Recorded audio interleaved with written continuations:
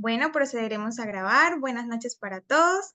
A continuación, voy a dar inicio a la exposición del día de hoy. Quisiera presentarles al profesor que nos acompañará la noche de hoy. Su nombre es Leonardo Abarzúa.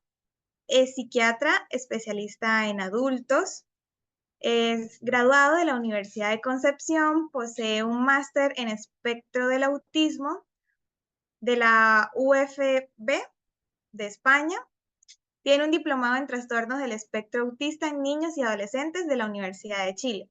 Le vamos a dar un paso y un aplauso al profesor Leonardo para que inicie la presentación del día de hoy. Bueno, buenas noches a todas y a todos. Hoy día vamos a hacer un seminario tratando de abordar algunas temáticas que después se van a abordar en el diplomado para todos los que se interesen, pero la idea es que independiente de eso también lo que yo les aporto hoy día les sirva también, ya, como contenido, ¿ya? Em, Voy a compartir pantalla para que empecemos a ver la presentación.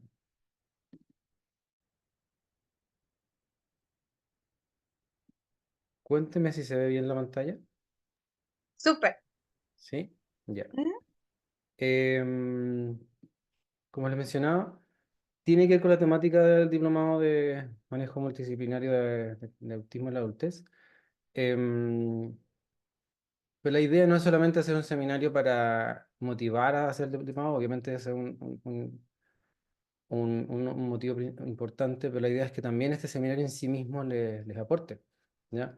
No es en el seminario no hay un capítulo exclusivo para este tema, se van a abordar a lo largo de varios temas, porque el diploma obviamente siempre es más amplio, en que se abordan primero fisiopatología, historia, el diagnóstico, ciertas intervenciones, evaluaciones, etcétera. Y la idea es aquí hablar de un tema bien importante porque últimamente se ha visto que cada vez más personas adultas buscan el proceso de diagnóstico o declaran ser autistas y se han expuesto muchos comentarios inadecuados de mucha gente, tanto en sus redes cercanas como en redes sociales de que el autismo está de moda, de que ahora todos son autistas, tú no pareces autista, que son comentarios que pudieran considerarse muy banales para algunos, pero para las personas autistas de verdad es muy doloroso, porque eso está muy ligado a la identidad, entonces cuando reciben ese tipo de comentarios, de verdad les duele mucho, por lo que la idea es ir viendo si las personas autistas que realmente tuvieron un retraso en su diagnóstico, tiene algunas características que pueden permitir explicar esto y también saber qué consecuencias puede generar el retraso en el diagnóstico.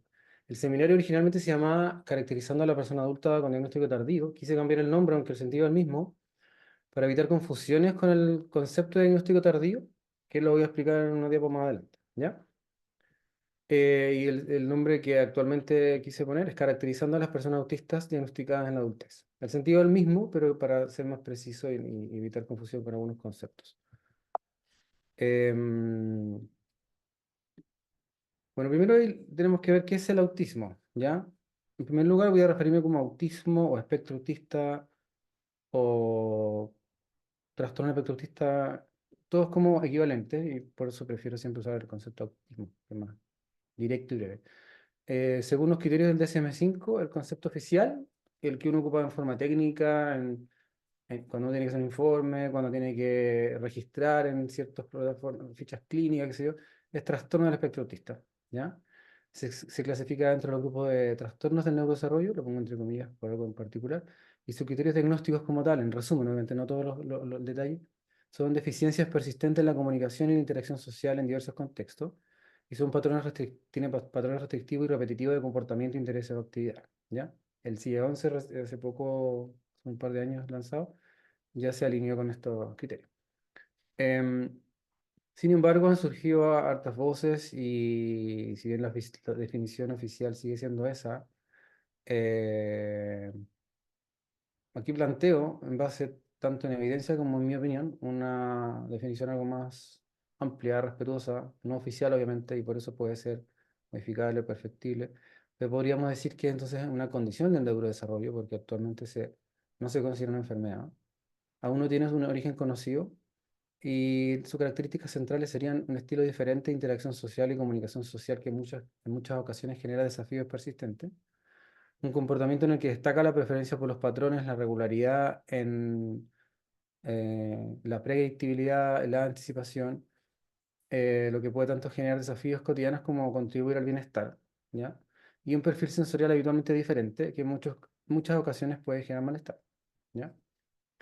Em, Aunque pareciera obvio, es bueno siempre repetirlo. No ocurre solo en la infancia. Ya por mucho tiempo se habla de autismo infantil y aunque era obvio, al conversar uno dice, obvio, las personas autistas llegan a los 18 y son adultos.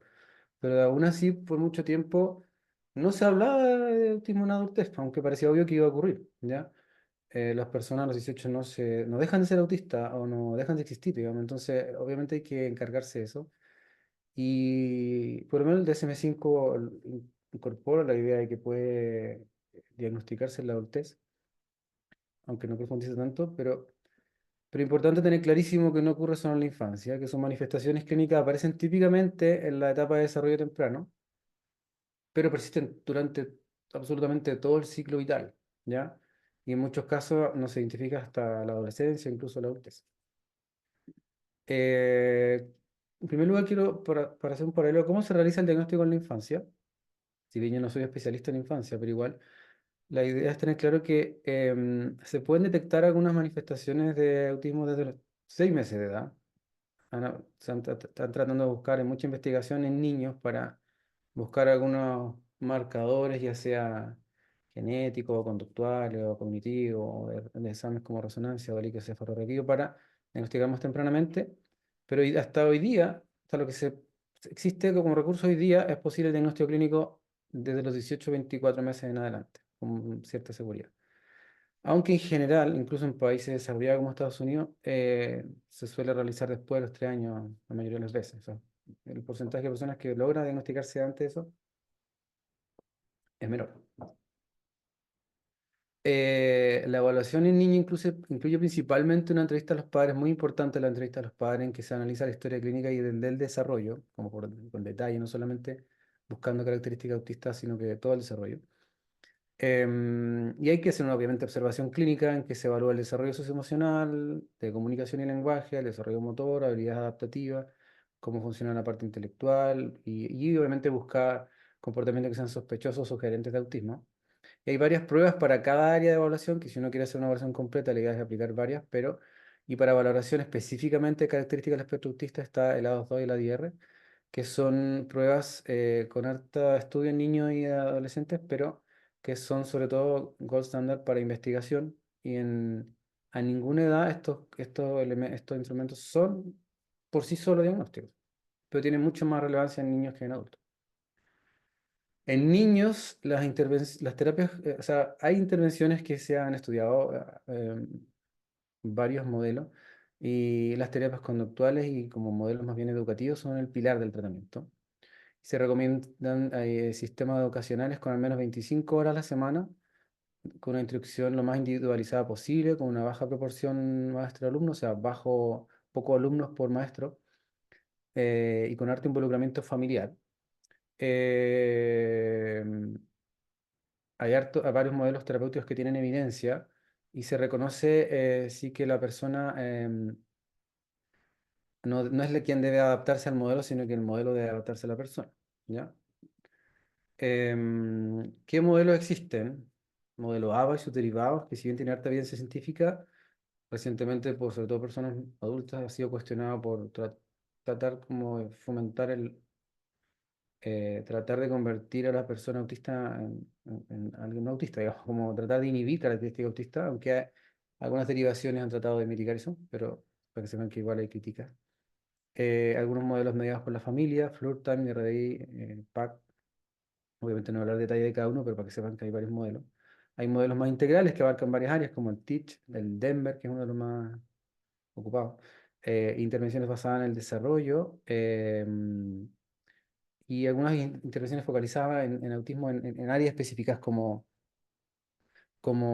guiones sociales, modelos de comunicación aumentativa alternativa, evaluación de la conducta el modelado para mostrar cuáles son los modelos de conducta de los niños, apoyos visuales, etcétera. Como que son recursos para cada área. Y todos los niños que cumplen los criterios de autismo, y pongo TEA porque es el concepto oficial, pero obviamente está súper abierta la discusión si debemos seguir llamándole trastorno o no. Los niños que cumplen los criterios de autismo los siguen cumpliendo en la adultez, cumplen los criterios, ¿ya? Siempre. Pero la severidad, entre comillas, de los síntomas, también entre comillas, suele disminuir con el tiempo. Sin embargo, en general, si se analiza en forma global, los adultos autistas, independiente de cuándo se hizo el diagnóstico, solo una minoría lograría el funcionamiento social satisfactorio. Pero en esto el diagnóstico temprano es vital, dado que cuando hay una intervención oportuna, sí de verdad se observan mejores resultados para los niños y sus familias.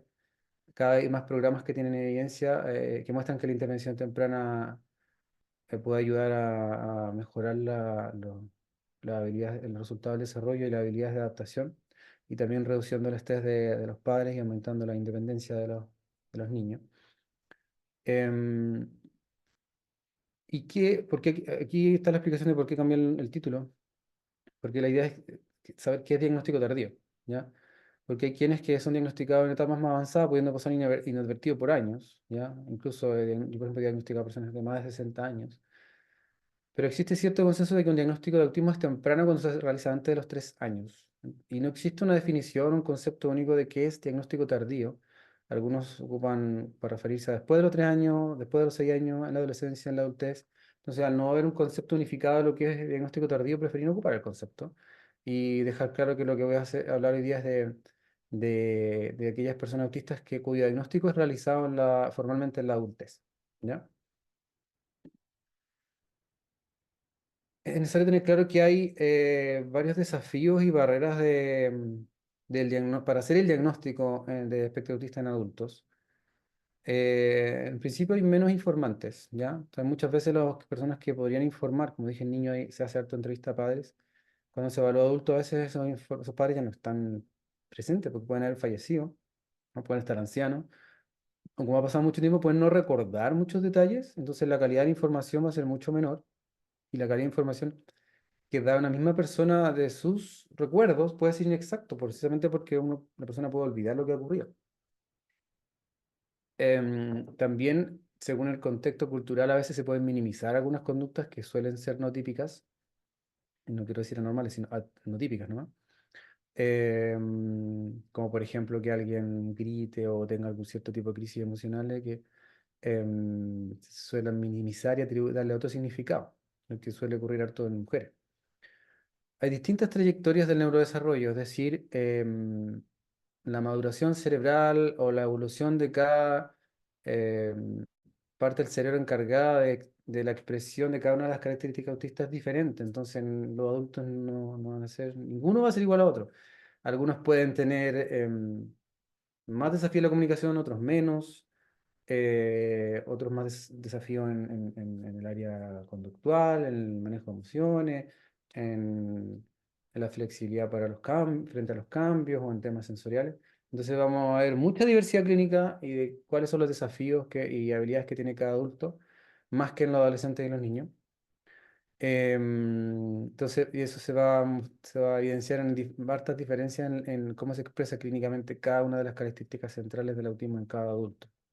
También hay variables demográficas que pueden influir. Un ejemplo es el autismo en mujeres, ¿ya?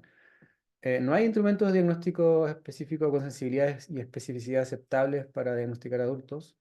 Existe el fenómeno del camuflaje, que en un seminario anterior, si algunos de ustedes estuvieron presentes, mencioné que ¿cómo se llama? Oculta, o eclipsa características autistas incluso para la misma persona, lo que hace que aquella persona no pase inadvertida por mucho tiempo, que a veces son mecanismos muy complejos que hacen que pasen muy inadvertidos incluso a especialistas. Hay muchas concurrencias, tanto psiquiátricas como del desarrollo o médicas. Si no conocen el concepto de concurrencia, me refiero a lo antes llamado comorbilidad, pero cuando sale autismo, se prefiere hablar de concurrencia bajo el paradigma de que el autismo no es una enfermedad, ¿ya? Y la palabra morbilidad se refiere a enfermedad. Y todas estas concurrencias o postergan el diagnóstico o le da protagonismo a esas condiciones, y postergando la evaluación de autismo, o simplemente no permiten ver el autismo, ¿ya? También el autismo tiene, hay que hacer diagnóstico diferencial en casi todas las condiciones de salud mental, ¿ya? Ahí tenéis temas muy parecidos con varios diagnósticos, lo que hace que sea muy difícil. Y también hay una baja disponibilidad de servicios especializados y de profesionales con formación y experiencia en autismo en adultos, ¿ya? Y también no tienen bajo costo. Entonces, si bien es agresiva, aún es insuficiente en cualquier parte del mundo. Reportado algunos desafíos o barreras reportados por las mismas personas autistas en algunos estudios, en general tienen niveles variados de satisfacción con la búsqueda de este proceso diagnóstico. Em, Suelen reportar mucho miedo a que los profesionales no les crean cuando tienen sospecha, ansiedad por cuando tienen citas o atenciones. Se repite lo que he dicho antes, falta acceso a especialistas capacitados, los altos costos muchas veces, las dificultades con la comunicación que ellos mismos pueden notar, lo que les puede a veces costar explicar lo que les pasa, o darse cuenta de lo que les pasa. Desconfianza hacia los profesionales, a veces nos da mucho estigma y pueden reportar muchos que hay mucha complejidad en algunos sistemas de salud, como qué hay que hacer, cuáles son los pasos, etcétera. ¿Ya? Eso lo reportado por personas autistas. Pero ¿qué factores explican que, que actualmente existan más adultos siendo diagnosticados? ¿Ya? Respondiendo a lo que dije al principio, para evitar esos comentarios estigmatizantes como de que esto es una moda, qué sé yo, la idea es saber qué puede estar pasando. ¿Ya? Y esto que voy a decir en general aplica tanto para niños como para adultos, pero aquí hablamos de adultos. Entonces, hay una ampliación conceptual del autismo, o sea, desde que formalmente apareció el concepto en 1943 hasta la fecha se ha ido cambiando lo que se considera autismo. El autismo infantil en un principio como una condición severa hasta el espectro autista y ahora recientemente ya muy fuerte el incentivo a que se hable de condición del espectro autista incluso a nivel científico. También en esta misma línea se han ampliado los criterios diagnósticos. El hecho de que hayan cambios en los criterios diagnósticos ha significado que individuos que antes no cumplían los criterios en la infancia, ahora los cumplen en la adultez. Lo que no significa que antes no eran autistas, ahora sí, sino que ahora los criterios permiten reconocerlos, ¿ya? Personas que siempre han sido autistas ahora pueden saberlo, ¿ya? Este aumento de casos o prevalencia en autismo, sobre todo en adultos, se vio más marcado con el SM4, porque ahí aparecieron nuevas categorías, además del autismo infantil, se agregó la categoría síndrome de Asperger, que si bien es polémica actualmente y no se usa, pero una etiqueta que permitió transitoriamente diagnosticar a muchas personas que siempre siendo autistas no podían decirlo, no podían saber que lo eran. También categorías como trastorno generalizado del desarrollo, entre otros. ¿Ya? Si el concepto de espectro autista, si bien viene gestándose de la década de los 50, por ahí, más formal de la década de los 70, pero solo en el 2013 se formalizó en el DSM-5. Uno puede pensar que ahí explotó los diagnósticos, pero en realidad el impacto de este concepto y de que aparezca este concepto en el DSM-5 hace más fácil el diagnóstico porque antes era muy difícil decir en qué categoría pongo, ahora más bien se califica como espectro autista y después se ve qué necesidad de apoyo tiene, pero es discutible si es que realmente genera un aumento de la prevalencia. De hecho, em, se eliminó el criterio de que el cuadro debía manifestarse con claridad en la infancia y se reconoce que podrían no ser reconocidas hasta la adultez, pero aún así el impacto en la prevalencia no es tan conocido. De hecho, hay varios estudios que señalan que menos personas cumplirían los criterios de espectro autista en comparación con la versión anterior como el DSM-4, si comparamos con categorías similares, por ejemplo, incluyendo todas las personas que se diagnostican como autismo infantil, o autismo atípico, trastorno general de desarrollo o el no especificado y el Asperger.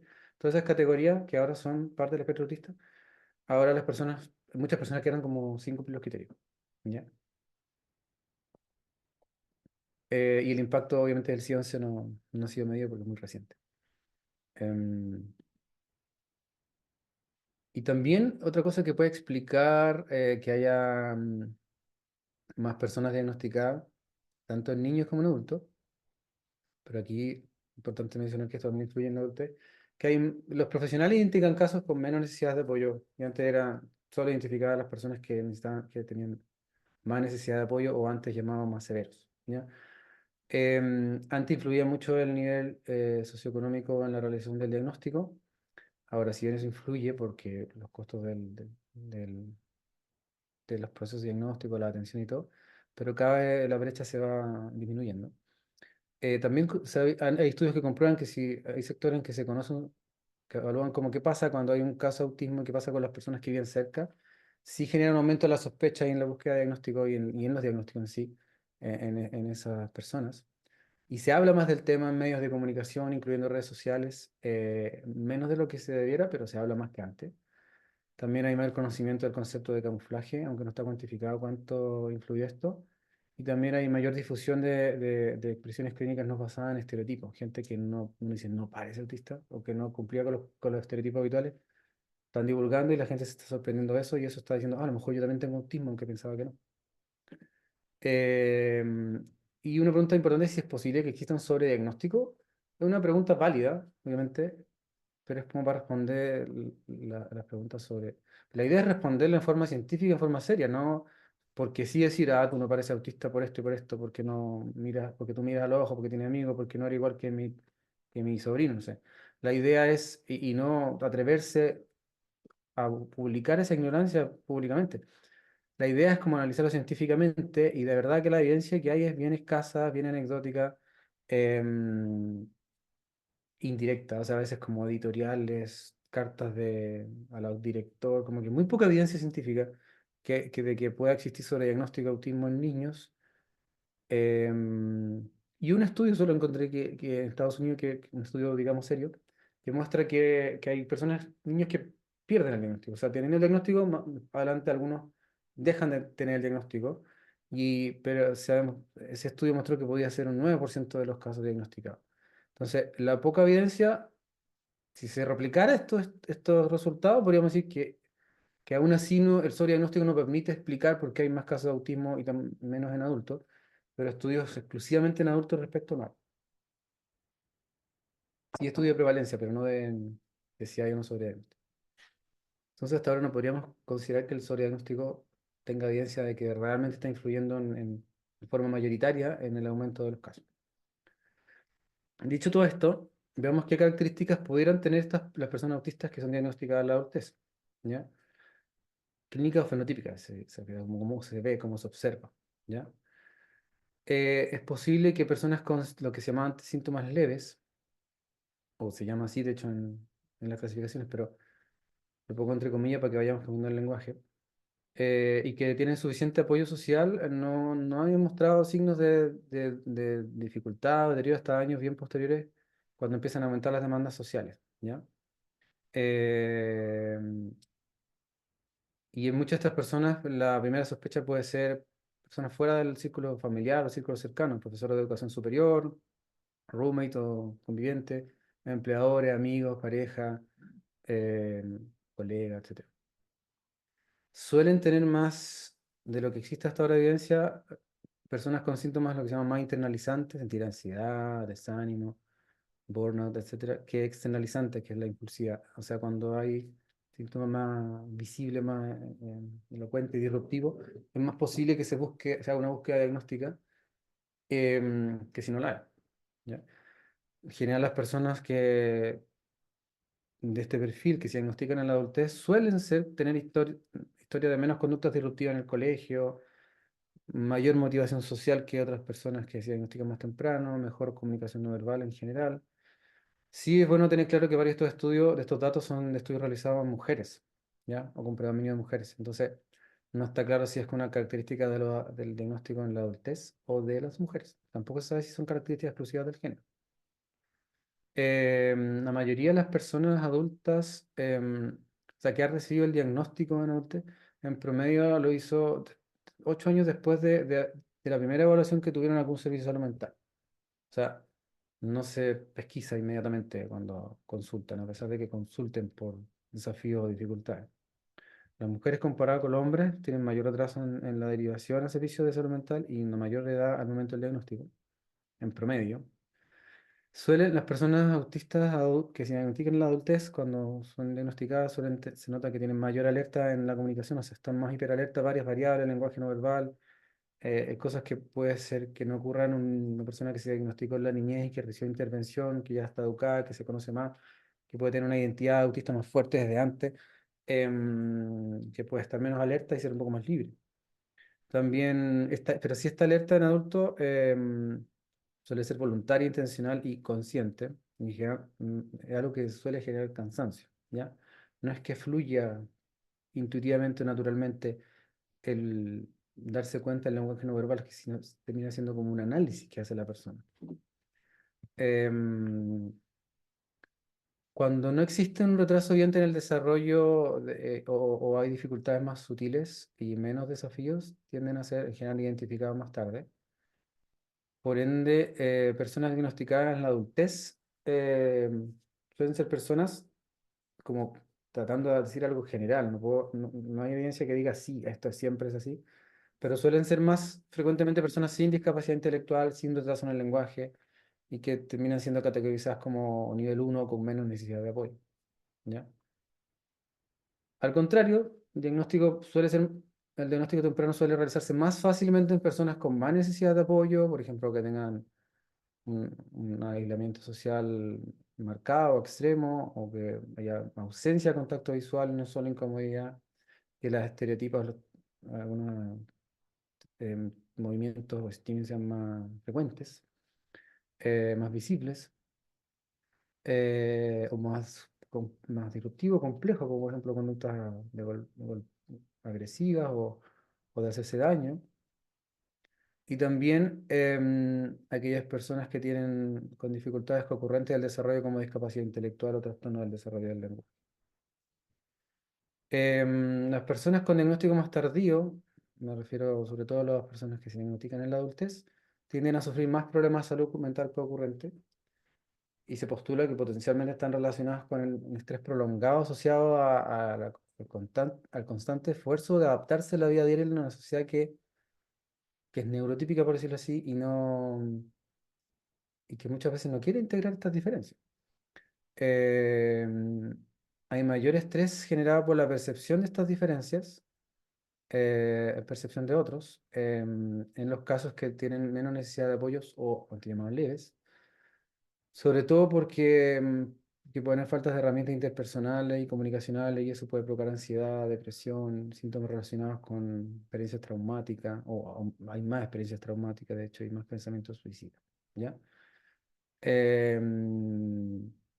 Entonces, sí, muchas veces cuando las personas autistas que tienen menos necesidad de apoyo deciden divulgar sobre esto en redes sociales, por ejemplo, se les suele criticar, que no son como mi hijo, no son tan graves, entonces como que algunos le han llamado neo-autista, cosas así, como conceptos muy despectivos, porque obviamente no igual que mi sobrino, que dicen como que tiene conductas más disruptivas, tiene más dificultad. Pero las personas que son categorizadas como menos necesidades de apoyo suelen tener más dificultades de salud mental porque son más conscientes de lo que les ocurre y del rechazo que se genera en otros, que realizan otros, entonces eso puede provocar también un grado importante de problemas de salud mental. Y también tendrían a tener como tasa de concurrencia mayor, hasta ahora se ha visto que puede ser 58, 70%. Y también es habitual que personas que son diagnosticadas de la adultez ya hayan recibido diagnósticos distintos y erróneos anteriormente, como trastorno obsesivo compulsivo, déficit atencional, trastornos de personalidad, entre otros. O también poder haber tenido padres que no buscaron el diagnóstico por miedo a ser discriminados, por tener diagnóstico de autismo, etc. ¿Ya? Y estos mismos diagnósticos erróneos a veces también pueden ser co-ocurrencias, como mencioné. También mencioné el camuflaje. Antes, los individuos que reciben un diagnóstico en la adultez suelen desarrollar más estrategias de camuflaje. Se suelen desarrollar estrategias para afrontar los desafíos del mundo en general. Y esos pueden ser varios tipos de estrategias. Y una de estas es el camuflaje. Hay cierta evidencia que sustenta que, mm, que hay más conductas de camuflaje en adultos que en adolescentes y en niños. Y a mayor edad de diagnóstico, habría más conductas de camuflaje según varios estudios y revisiones sistemáticas, pero no, la evidencia aún no es suficiente. Pero, pero sería una de las características que presentan las personas que se diagnostican la adultez. No solamente esas personas tienen camuflaje, si hay personas que se diagnosticaron en la niñez por distintos otros factores también pueden camuflar. Respecto al género, las mujeres tienen más riesgo de haber sido no diagnosticadas en comparación con hombres. Y aquellas que reciben el diagnóstico lo hacen en promedio 8 años más tarde que en los hombres, ¿ya? Las mujeres en general suelen requerir tener más severidad, entre comillas, o más notoriedad de sus características o de sus dificultades para cumplir los criterios. Los estudios han puesto de relieve o han demostrado que puede haber una discrepancia entre los rasgos autistas que informan las mujeres versus los evaluados por un médico o profesional en aquellas mujeres que han sido diagnosticadas en la adultez. Y una posible explicación a eso es que las medidas, los criterios, los instrumentos que hay no son suficientemente sensibles a la presentación de rasgos autistas en mujeres. Que no necesariamente significa que hay características autistas distintas, sino que la expresión puede ser algo diferente por varias razones. Las mujeres experimentarían, en general, mayores demandas sociales derivadas de que tienden a tener más participación social en la infancia y la adolescencia, lo que puede conducir a veces a mayor conciencia de las propias dificultades y por ende em, buscar herramientas o estrategias para mitigar esas dificultades y en eso postergar un diagnóstico o una búsqueda diagnóstica. Y las mujeres, hasta ahora la evidencia que existe, habría mayor implementación de camuflaje en las mujeres, aunque no es exclusivo de las mujeres. Las mujeres tendrían más sintomatología internalizante, como ansiedad y depresión. Las mujeres con diagnóstico más tardío tendrían más nivel intelectual que aquellas que son diagnosticadas más temprano, en promedio, y suelen estar más insertadas en el trabajo y estudio que adultos con autismo en general. ¿Ya? Lo que podría llevar a pensar, igual basado en estereotipos, o sea, si una persona tiene más nivel intelectual normal, estudia, trabaja, lo que muchas personas saben respecto al autismo se aleja de esa visión, entonces dicen no, porque esa persona tendría que buscar un diagnóstico si cumple con esta inserción en el mundo. Entonces hay más retraso en las derivaciones, incluso los profesionales no ven o mantienen visiones estereotipadas, entonces deriva más tarde y el contacto de servicio con servicio de salud mental también es más tardío. La edad en que tienen el primer contacto con servicios de salud mental es más tardío que en hombres. También pueden haber diferencias en cómo califican en algunos tests. Ahí puse el detalle, pero en realidad es muy variable, no hay como algo concluyente ahí, pero las mujeres suelen puntuar menos en dificultades de comunicación. En algunos estudios muestran que los hombres puntúan más en conducta repetitiva. No hay algo como estandarizado o claro al respecto, pero sí habrían diferencias en el perfil de características que más se expresan. Em, Hay más riesgo de haber sido mal diagnosticada en su primera evaluación que los hombres. Y entre aquellas que han sido mal diagnosticadas, han puntuado más en criterios o en pruebas de hiper o hiposensibilidad sensorial. También se ha visto que las mujeres tenderían a mostrar intereses, conductas y características comunicativas que son socialmente más aceptables y en mayor relación con estereotipos de género. Por ejemplo, si una mujer siempre tienen intereses profundos en todo momento de su vida, los hombres y las mujeres o de cualquier género. Pero, por ejemplo, es más frecuente que mujeres, siendo una niña, tenga interés por las muñecas, que es un interés muy habitual en niños. Pero la diferencia va a estar más bien en la intensidad o el tiempo que dedica a ese interés. Y como es un interés como muy estereotipado de mujeres, no suele llamar la atención, aunque sea intenso. Y eso aumenta la posibilidad de mimetizarse o parecerse a personas con desarrollo típico y disminuye las opciones de que esa persona cuente con un diagnóstico y un tratamiento más oportuno. Em, También una hipótesis de esto es que en general el tener poco conocimiento del autismo en la sociedad puede aumentar, o en algún círculo específico, puede aumentar el retraso de diagnóstico en ambos sexos, hablando de hombres y mujeres, obviamente, porque no hay mucha evidencia respecto hablando de género, de otros géneros no hay evidencia, por eso se suele hacer estudio como de hombre versus mujer. Em, entonces, eso lleva a, como, a aumentar el retraso diagnóstico en ambos sexos. Y como el desconocimiento implica no saber que las mujeres pueden tener algunas diferencias, la posibilidad de error diagnóstico es mayor en las mujeres. Y en otros géneros llamados, digamos, no binario, por ejemplo, mucho menos se sabe. Entonces, probablemente después vamos a descubrir que más dificultad, más retraso el diagnóstico tiene. Y también es bueno hablar de vivencias que han sido reportadas por personas autistas, que se han registrado en estudios científicos cualitativos sobre todo. El impacto del diagnóstico tardío desde la propia experiencia sí en general ha sido poco estudiado, no es como tanto lo que se sepa. Frecuente sería que las personas diagnosticadas más tardíamente tienden a haberse sentido siempre marcadamente diferentes, tanto ellos mismos como lo que le hacen sentir los demás. Etiquetas frecuentes que han recibido son de extraños, de ser peculiares, eh, sin que nadie haya reconocido que estas conductas, o sea, que se han descrito con esos objetivos hayan sido en realidad características autistas. ¿Ya? Entonces suelen referirse como insultos. Muchos sienten que crecieron sin que ellos, sin que nadie en su entorno supiera algo sobre autismo. Más sentimientos de incomprensión y más frecuencia de haber recibido etiquetas ofensivas, algunas mucho peores de las que estoy mencionando acá. Y es frecuente que se sientan frustrados por la falta de explicación a su vivencia, o sea, no saben por qué nos pasa esto. Siento que no encajo, siento que no soy diferente, pero no sé por qué, no tengo una explicación. A lo mejor yo soy el problema, eso lleva a veces a ideas suicidas o ansiedad, depresión. em, y al tener esta dificultad, se genera este rechazo. Y obviamente personas con más dificultades con la comunicación deberían tener más oportunidades sociales para aprender más, pero ocurre al revés, pues. Personas autistas suelen ver disminuidas sus oportunidades sociales, principalmente por rechazo, y eso lleva a menor posibilidad de aprender. Em, Ahora, ¿qué rutas hay hacia el diagnóstico? No todas las personas que consultan en la adultez llegar, han tenido la misma oportunidad respecto al diagnóstico. Ahí vamos a ver personas que fueron diagnosticadas en la niñez, ¿ya? Tanto algunas con adecuada intervención, otras con no adecuada intervención.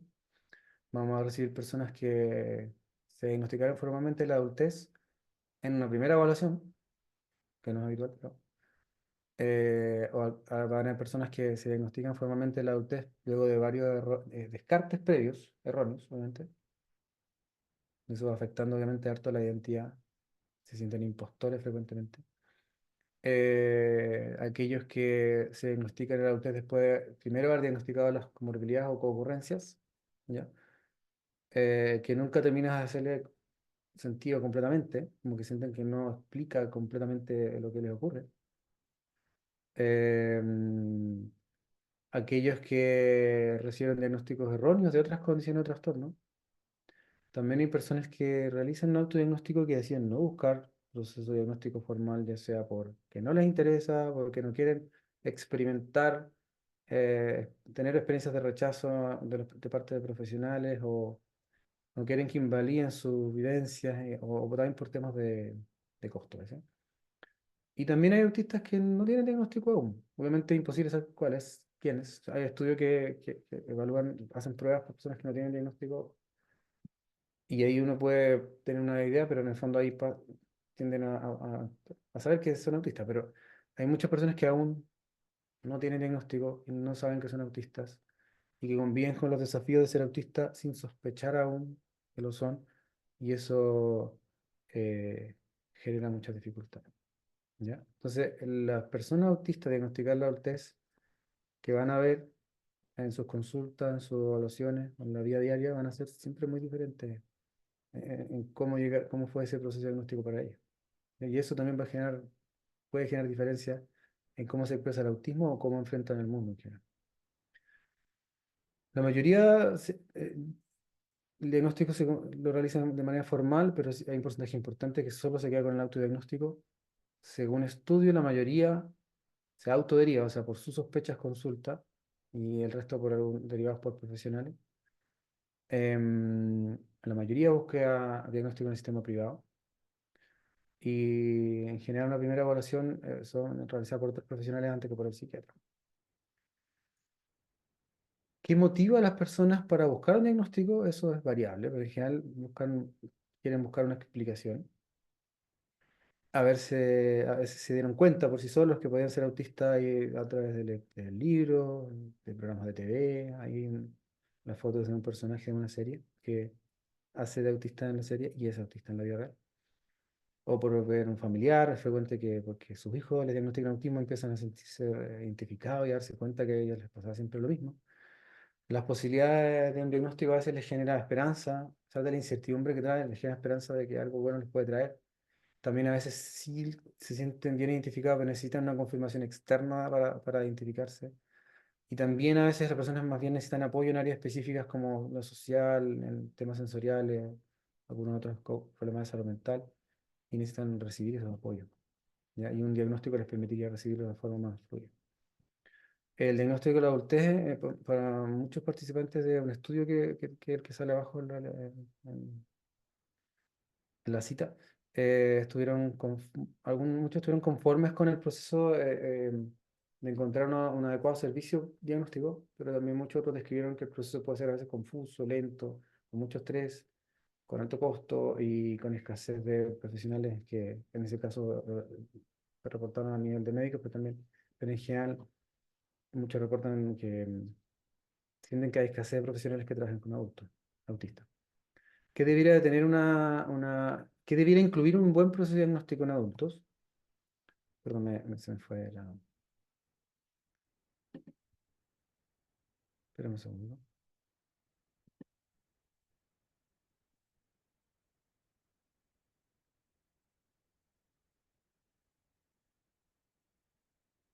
Perdón.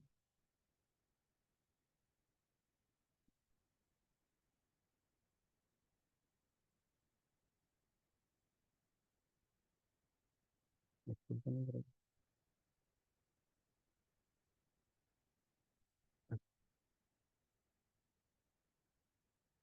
como les decía, ¿qué debiera tener un buen proceso diagnóstico clínico de autismo en adultos? Una caracterización clínica adecuada, o sea, la evaluación de las características autistas, mediante la observación clínica y la anamnesis, o sea, de la historia que relate la persona. También caracterización del desarrollo, o sea, mediante distintas fuentes como recuerdos del usuario, otros informantes, registro en ficha, informes de evaluación, etcétera. Em, Siempre debería incluir una evaluación de las coocurrencias, ¿ya? Y también un adecuado diagnóstico diferencial, que es bastante complejo. Y estas dos últimas razones por cual se prefiere que sea psiquiatra y neurólogo, cuando obviamente a veces otros profesionales como psicólogos, terapeutas ocupacionales, fonoaudiólogos, etcétera, pueden ser mucho más de autismo que psiquiatra y neurólogo. Por eso la idea es que psiquiatras y neurólogos que hagan el diagnóstico también tengan experiencia y formación. Pero estos últimos dos factores de abajo son los que hacen que son los profesionales más que por su proceso de formación deberían tener mayor capacidad de evaluar esos dos aspectos, ¿ya? Em, ¿Qué insumos tenemos para el diagnóstico en adultos? O sea, ¿con qué elementos contamos para realizar una correcta evaluación diagnóstica en adultos? La observación clínica, la entrevista al paciente, la historia del desarrollo, entrevistas familiares es ideal, aunque no siempre es posible ni siempre están presentes, o los doctores a veces no quieren que se entrevista familiar. Antecedentes familiares, somos hay más personas en la familia con el diagnóstico de autismo, es un recurso útil, más no un criterio diagnóstico, y también algunas pautas de screening y de diagnóstico que siempre son un complemento y nunca olvidar que el diagnóstico es clínico, ¿ya? En el postdiagnóstico, o sea, es importante mencionar qué efecto eh, perciben las personas tras recibir un diagnóstico. La mayoría de los adultos de varios estudios han reportado que después de ser diagnosticado en la adultez, lo reportan como una experiencia positiva, les da una oportunidad de un sentido de autodescubrimiento, de, mm, de formación de la identidad, que les permite conexión con la comunidad autista. Pero igual hay unos casos en que experimentaron reacciones negativas a su diagnóstico de autismo, como sentimiento de ansiedad, confusión, malestar, enojo, arrepentimiento, rabia por no haber sido diagnosticado antes. En otro estudio algunos se sintieron decepcionados por el hecho que la evaluación requiera mucho del autorreporte o del relato de ellos y no que no existan tantos métodos, mediciones objetivas útiles. Según varios estudios cualitativos, el diagnóstico podría permitir reevaluar el pasado reinterpretar las características, reevaluar las fortalezas y dificultades, pudiendo generar alivio y alegría y promover la autoaceptación y ver el autismo de manera más positiva. Pero hay muchos también que dicen que se podrían fijar como una excesiva fijación en qué déficit tengo, llevando a vergüenza, sensación de inadecuación y pesimismo. Igual pueden experimentar un duelo, ¿sí? ¿Ya? En la reconciliación de aspectos positivos y negativos del autismo en relación a la propia identidad es algo que requiere un proceso continuo, que no es algo fácil, no basta con decir eres autista y punto, ¿ya? Em, También permitiría generar cambios al futuro, ¿ya? Teóricamente, y basado en este estudio que puse, en este sentido, hay varios estudios más, pero este lo puse como ejemplo. En este sentido, varios participantes de este estudio estuvieron decepcionados porque el diagnóstico no les condujo necesariamente a más apoyo, más soporte. Y a veces nos sentían desorientados porque el soporte postdiagnóstico o la guía postdiagnóstica nos dejó un poco confundidos, o no había un canal único adecuado. Em, y revelar el diagnóstico puede dar lugar a conductas de apoyo o discriminación de parte de otras personas, ¿ya? O por ambos casos. Los participantes de este estudio expresaron que preocupación por la ignorancia y los prejuicios en la comunidad en general, habiendo y recibiendo reacciones negativas también. Que también muchos participantes informaron que tuvieron resultados positivos como mejores relaciones o más relaciones interpersonales, y algunos se sintieron más distantes de la sociedad en general y de personas no autistas, ¿ya? Y en general, aquí les muestro un resumen de cuáles son los posibles efectos terapéuticos o positivos que podría tener el diagnóstico de autismo en la adultez. Yo lo puse como terapéutico, porque de verdad puede ser terapéutico recibir el diagnóstico. Si bien muchas personas pueden experimentar un duelo, es frecuente escuchar que sienten alivio y felicidad, que no siempre es lo único y tampoco persistente, pero lo suelen sentir.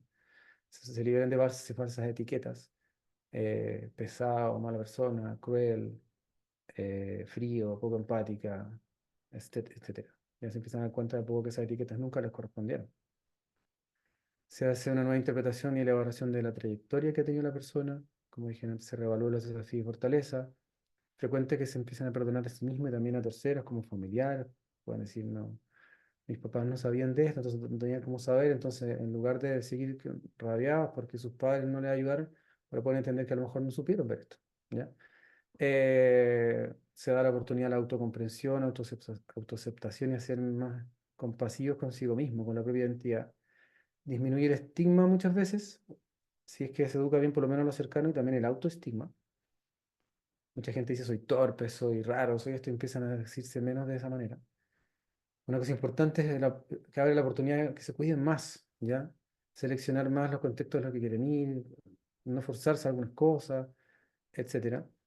Si no quieren salir un día, no lo hagan. Si piensan que necesitan descansar, que se cansan después de salir a una actividad social, darse ese tiempo para descansar sin criticarse. También se abre la posibilidad de que haya un empoderamiento en la exigencia de derechos, puede haber menor ansiedad, generar redes con personas con experiencias similares, aunque muchas personas es bastante útil.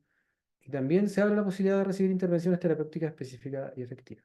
No digamos que siempre solo recibir el diagnóstico es ya útil y no hay nada más que hacer y en todo es el mismo camino, pero la idea de esta diapositiva es como reforzar que sí pueden ocurrir estas cosas, para reforzar que el diagnóstico a cualquier edad es útil, ¿ya? Como conclusión, un diagnóstico temprano de autismo permite acceder a intervenciones oportunas que pueden mejorar el funcionamiento y la adaptación. Por varias razones que no son tan claras todavía, muchas personas solo reciben el diagnóstico de la adultez. Habría un aumento de personas adultas siendo diagnosticadas, pero no es claro que haya realmente un aumento de adultos con autismo. O sea, lo que ha aumentado hasta ahora, lo que se sabe es como el diagnóstico, más que realmente aumente la cantidad de personas con autismo. En la ampliación del concepto de autismo, los criterios diagnósticos y más conciencia social al respecto estarían involucrados en la mayor prevalencia en niños y adultos. No hay evidencia suficiente para decir que hay un sobrediagnóstico. No digo que no lo pueda haber, pero no hay evidencia suficiente. Es muy interesante poder conocer cuáles son las características de las personas autistas que reciben su diagnóstico en la adultez. Puede permitir comprender si hay factores que los diferencian para sean predictores tempranos quizás, que generen el retraso en el diagnóstico, y también para poder evaluar qué consecuencias puede traer el retraso en el diagnóstico, que puede ser importante para la práctica clínica. Pero hasta ahora podemos decir que no hay un perfil, o sea, podemos decir de lo que se sabe, si queremos tratar de armar un perfil o una caracterización, de que se trata principalmente de personas con características autistas más sutiles, con menos necesidad de apoyo, sin discapacidad intelectual ni déficit en el lenguaje, probablemente de predominio femenino, aunque eso obviamente para nada está claro, o quizás no de predominio femenino, pero con mayor presencia femenina, con mayor tasa de ocurrencia, con diagnóstico y de diagnóstico de erróneos previos, con mayor desarrollo de estrategias de camuflaje y vivencias frecuentes de estigma y rechazo, todo eso en comparación a personas que se diagnosticaron más tempranamente.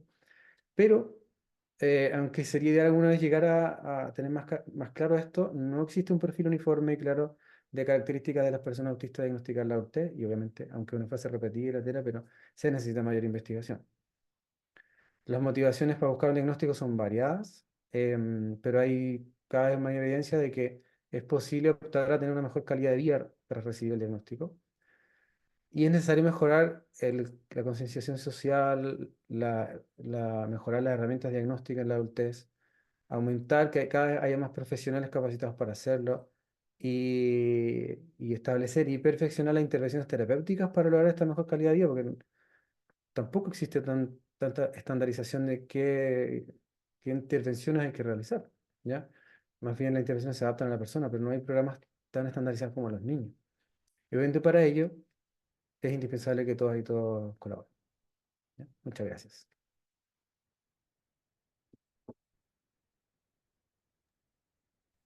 Bueno, chicos, pues daremos inicio a nuestra ronda de preguntas. Vamos a les voy a explicar cómo es la dinámica, ¿sí? Eh, las tres primeras personas que levantaron la mano, en este caso a mí me sale Paulina, Caterine y Fredsley. Me disculpa si no estoy diciendo bien tu nombre. Vamos a empezar con Paulina. Ahí te doy para que actives tu audio. Hola, buenas noches.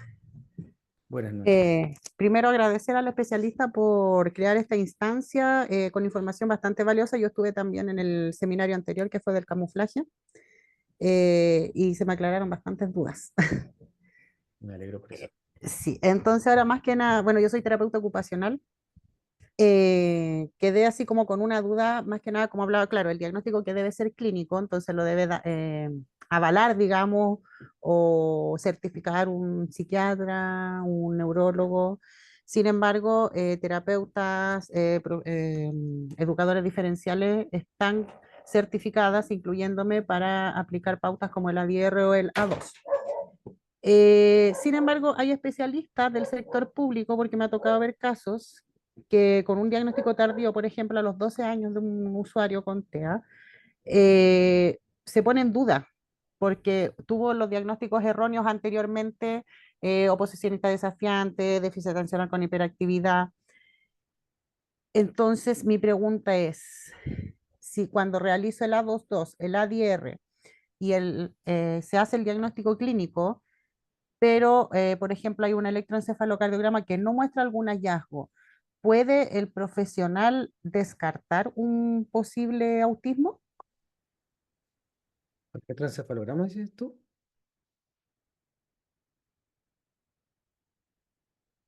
No entendí esa última parte del electroencefalograma. No, no desapareció. Ya. ¿Con quién estábamos hablando? Estábamos hablando con... No que se me recuerdo. perdió. Se me Mm, perdió. Paulina. Listo, Paulina. Paulina. Sí, que se desactivó el audio, disculpa. Sí. Claro, que al realizar un electroencefalocardiograma no muestra algún hallazgo, digamos, que sale, entre comillas, normal.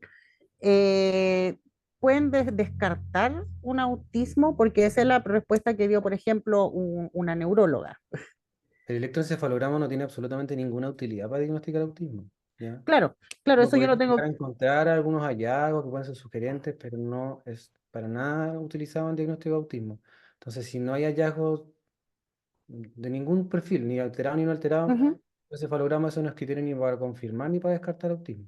Ya, perfecto. Claro que esa era mi duda porque esta profesional dijo eso, o sea, está una 2, hay una DR que está confirmando el diagnóstico, pero un electro no, no.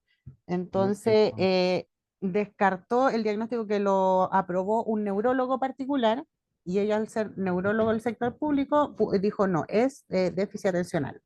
O sea, olvídate que es autista. Yo creo que aquí no hay que centrarnos si son del sistema público o del sistema privado, porque en el fondo, yo alguna vez fui del sistema público y ahora no, pero sí trabajé Claro, mucho y ahí también sabía el tema. O sea, en el fondo no depende necesariamente de eso, sino que la idea es que tenga experiencia y formación y eso todavía no es tan amplio, se está logrando, aquí vemos que hay mucha gente interesada en aprender, pero todavía se sabe poco. Em, pero idealmente siempre el diagnóstico se haga con un psiquiatra, un neurólogo que tenga información. Como eso no siempre es tan posible, hay que contar mucho con colaboración de otros profesionales, terapeutas ocupacionales, fonoaudiólogos, para ujú, caracterizar estas partes de la evaluación, como la comunicación, aspectos sensoriales, etcétera.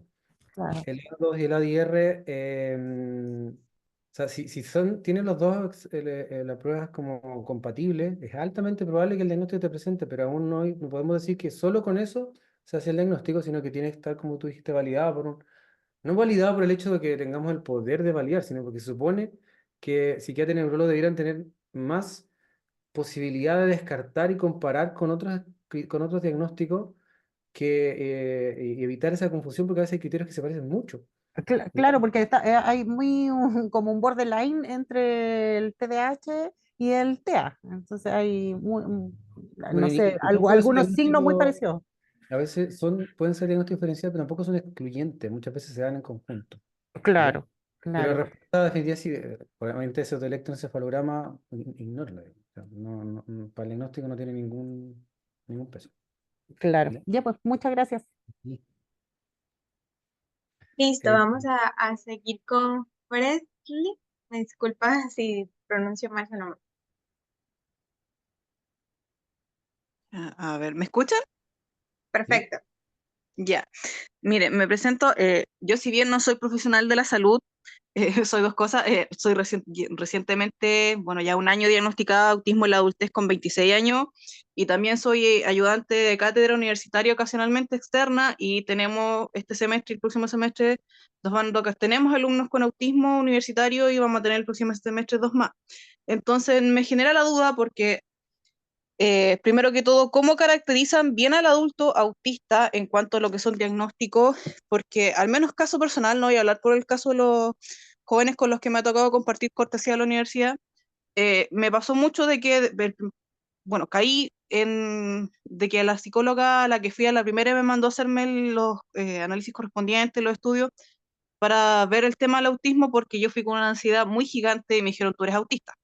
Tienes la ansiedad, tienes trastorno de ansiedad, sí, pero eras autista para llegar a varios profesionales, porque me hice varias veces los estudios, porque estaba en esa negación de yo no lo soy, porque igual que muchos tenía ese prejuicio de que yo hablo, yo puedo socializar, aunque me cansaba muchísimo, no hago rabiete y todo lo demás, para que un profesional te diga que se te notaba a leguas, por lo que tú dices y por la entrevista a los otros, se te notaba en la infancia como no te diagnosticaron antes, y que otro te dice que tú cumplías con todos los estereotipos de ser autista, y otro te dice, no, tú tienes ningún nivel de apoyo, y otros que no, tú sí requieres mucho nivel de apoyo, para que después te deriven a terapeutas ocupacionales, que son los que te van a dar como esas ayudas, orientarte, porque a mí me dijeron que requería mucho nivel de apoyo, sobre todo porque tengo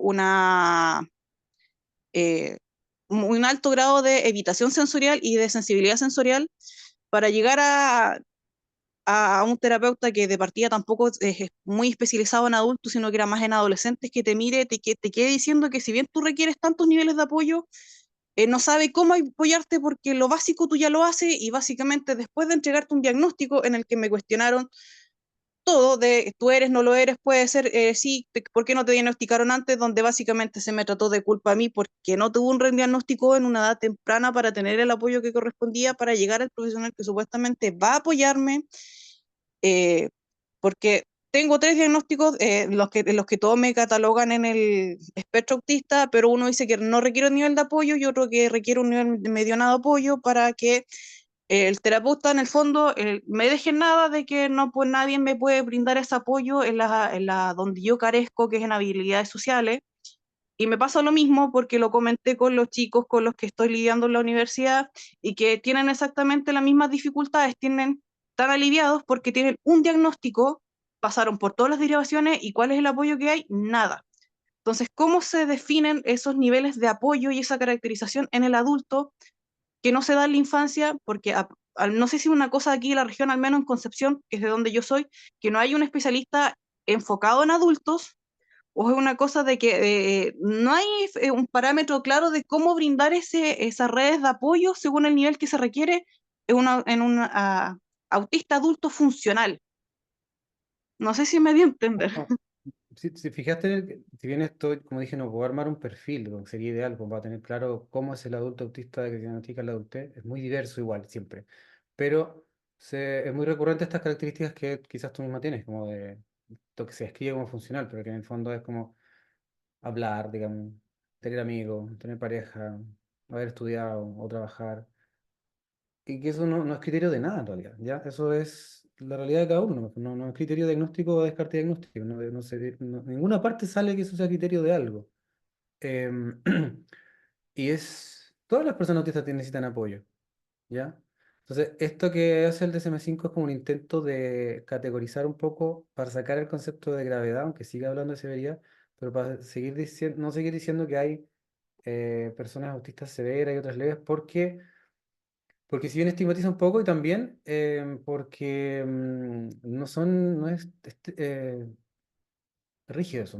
Hay personas que de niños no hablaban, por ejemplo, y de adultos hablan. Entonces, no es algo que siempre se mantiene. Una persona que antes se categorizó en un nivel de necesidad de apoyo después puede cambiar. Em, la idea es que decir si eres nivel uno nivel 2 nivel 3 para mí no es tan fácil tampoco, porque es como un intento de clasificación, pero tampoco es tan exacto, ¿ya? Quizás entre nivel uno y nivel 3 para mí quizás es más sencillo diferenciar, pero ¿qué es nivel 2? Es muy complejo. No hay como un estándar, así que si no logran hacer esa diferenciación tampoco se sientan tan mal. Pero sí es importante que en determinar la necesidad de apoyo, no soy solo yo quien tiene que definirlo. Si la persona autista siente que necesita reforzar cierta área, eso ya es una necesidad de apoyo, ¿ya? Em, y obviamente que el profesional lo puede constatar un informe para que puedan implementarse esa necesidad a nivel educacional, laboral, etcétera, para que tenga esa utilidad, ese respaldo. Pero lo que informa a la persona también eso es lo más importante. Si esa persona reporta, como tú dijiste en tu caso, que tienes dificultad en algún aspecto de la comunicación, hay que definir cuáles y definir qué profesional puede hacer una intervención, pero ya eso es criterio suficiente para decir que hay necesidad de apoyo, ¿ya? Así que obviamente lamento porque se ve que te ha afectado y lamento las experiencias que viste, pero igual siento que los comentarios que te hicieron fueron un poco como estigmatizante, culpabilizadores de que tú eres responsable de tu retraso en el diagnóstico. Y si te fijas, coincide con el perfil de lo que se ha visto en el estudio que mostré que muchas personas reportan eso. Por eso a veces muchas personas no quieren ir a ver profesionales porque tienen estas conductas de estigma o rechazo. Entonces, por eso estas instancias son importantes. Entre más gente haya formada, más posibilidades de que haya mejores procesos de diagnóstico. Y obviamente ojalá esto se amplíe al sistema público cada vez más.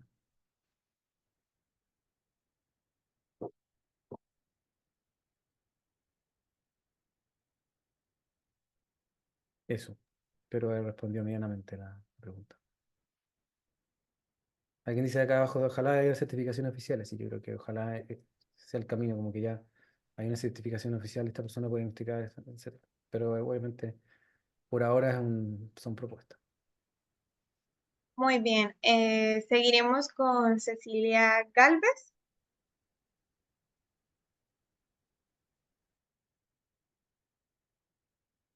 Cecilia, ¿Me escuchan? Buenas noches. ahí se escucha bien. Buenas noches. Buenas noches a todos. Mira, les saludo desde Puerto Montt. Este es un tema que, bueno, acá se vive a diario. En el sector donde yo vivo hay más de 2.500 familias que tienen niños con autismo, en el cual de alguna forma, a través de empresas, Yo estoy tratando de desarrollar el primer centro multifuncional que va a existir en una escuela acá en Puerto Montt. Estoy trabajando con un equipo de terapeutas para poder llegar a lograr este sueño dentro de este año si es posible. Pero lamentablemente acá en Puerto Montt tenemos grandes deficiencias como por ejemplo los mismos profesionales. Lamentablemente hay doctores que son de medicina general que están haciendo todas las evaluaciones de tanto niños, adolescentes y adultos como neurólogos, porque acá lamentablemente no tenemos ese tipo de profesionales en los cuales podamos tener realmente un diagnóstico certero. Esto pasa por un lado. Por otro lado, me quedan dos dudas, porque conozco varios casos de lolos de 25, 26 años que han sido diagnosticados con depresión, con ansiedad, que lamentablemente en esta región lo único que utilizan los psiquiatras es la sertralina y el alprazolam para poder optar a este tipo de tratamiento.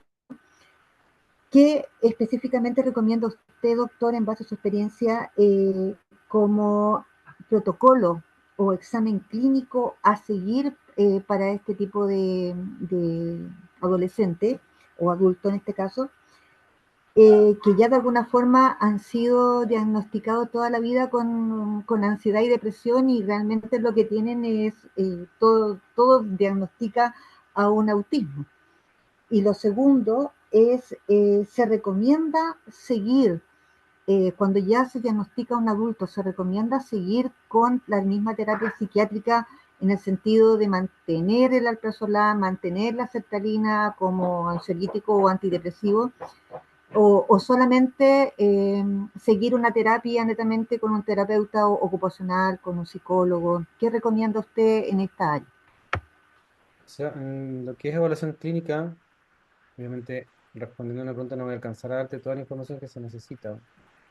De hecho, para yo tener claro eso, pasa mucho tiempo para poder tener una claridad más amplia actualmente.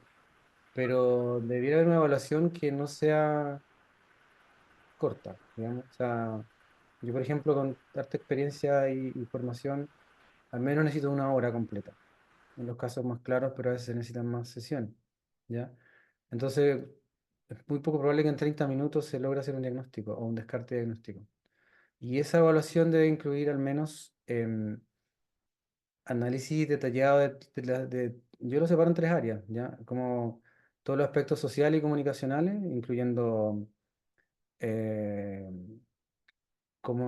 qué dificultades notan en las conversaciones en forma concreta, en el reconocimiento de emociones propias y de otros, en el reconocimiento de lo que se llama el lenguaje implícito, de lo que no está explícito en lo verbal, y cómo percibe las bromas de los demás, el reconocimiento de la necesidad de los demás, el contacto visual, cómo percibe el lenguaje no verbal de otro y qué dificultades tienen en mantener relación en el tiempo, también cómo lleva a cabo sus rutinas, si es que le cuesta aceptar los cambios en su rutina, si hay intereses profundos o no, si hay algunas conductas repetitivas como colalias o escuchar canciones repetidamente durante el día, por ejemplo, que no necesariamente son positivas o negativas, son características.